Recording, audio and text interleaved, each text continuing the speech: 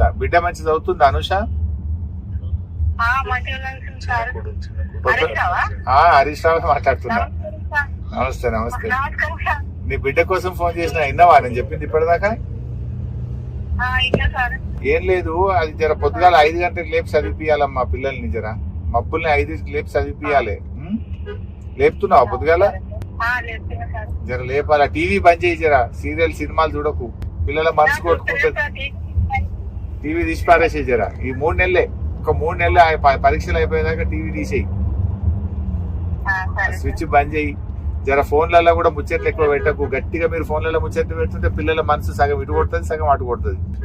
ఫోన్లు కూడా మెల్లగా మాట్లాడుకుంది, ఎక్కువ తక్కువ సేపు మాట్లాడుకుంది. జర స్కూల్లో కూడా వాళ్ళు స్పెషల్ క్లాసులు పెడుతున్నారా సాయంత్రం? 2-3 గంటలు ఎక్కువ చదివిమన్నా స్కూల్లో. టిఫిన్ పెట్టిస్తున్నా నేనే. కొన్ని పుస్తకాలు కూడా కొని పంపుతా పిల్లలకు, మంచిగా పరీక్ష రాసి ఎక్కువ మార్కులు వచ్చేటట్టు కొన్ని పుస్తకాలు కూడా కొని పంపుతా పిల్లలకు.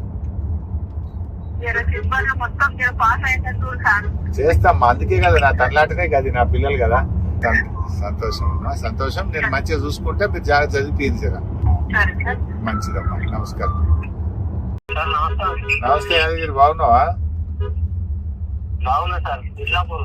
ఇట్లాపూర్ హరీష్ రావు మాట్లాడుతున్నా.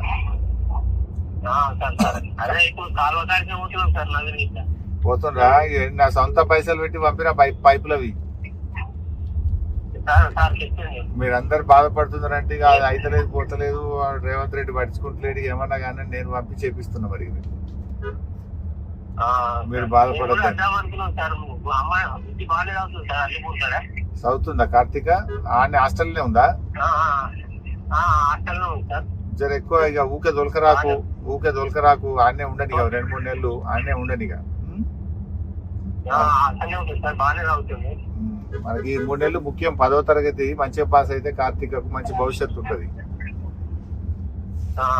రేపు ఆడపిల్లలని ఏం లేదు, అందరు ఆడపిల్లలు మగపిల్లలు అంతా ఒకటే, అందరు బాగా చదువుకోవాల్సిందే. అదృష్టవంతుడు నువ్వు, లక్ష్మిని పుట్టింది. అందుకే నేను పిల్లల కోసం ఫోన్ చేసిన. ఇవాళ అందరు పిల్లల్ని బాగా చదివిపోయింది, జర టీవీలు బంద్ చేసి 3 నెలలు చదివిపోయమని చెప్దామని చేసిన. మంచిది తమ్మి, నమస్కారం. లావణ్య, నేను హరీష్ రావు మాట్లాడుతున్నా. బాగున్నావా? బాగున్నామా. ఎట్లా చదువుతున్నాడు కొడుకు?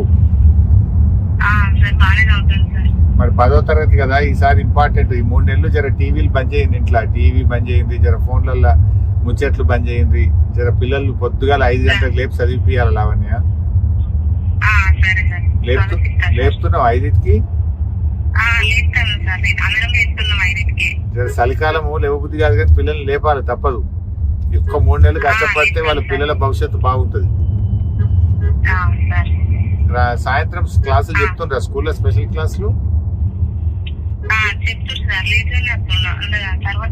అదే 4 నుంచి 6, 7 దాకా చెప్పమంటున్నా. టిఫిన్ పెట్టమన్నా, నేనే టిఫిన్ పెట్టిస్తున్నా.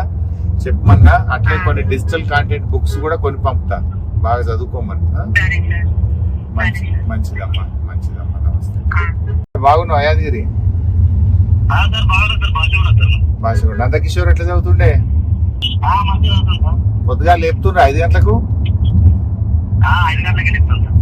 ఆ టీవీ బంద్ చేసినావా లేదా? మంచి పని చేసినావు. ఇక బ్యాలెన్స్ వేయకు. పరీక్షలు అయిపోయేదాకా వేయకు. పరీక్షలు అయినాకనే బ్యాలెన్స్. ఇక జర్ర ఈ 3 నెలలు పిల్లగాన్ని మంచిగా చూసుకో, జర బాగా చదివి, ఏం పని చెప్పకు జర.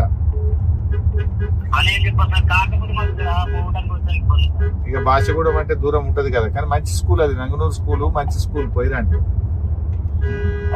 2-3 నెలలు జర్ర మంచిగా చదివిపిస్తే తొవ్వలు పడతారు పిల్లగాన్ని. మంచిదే, నమస్కారం.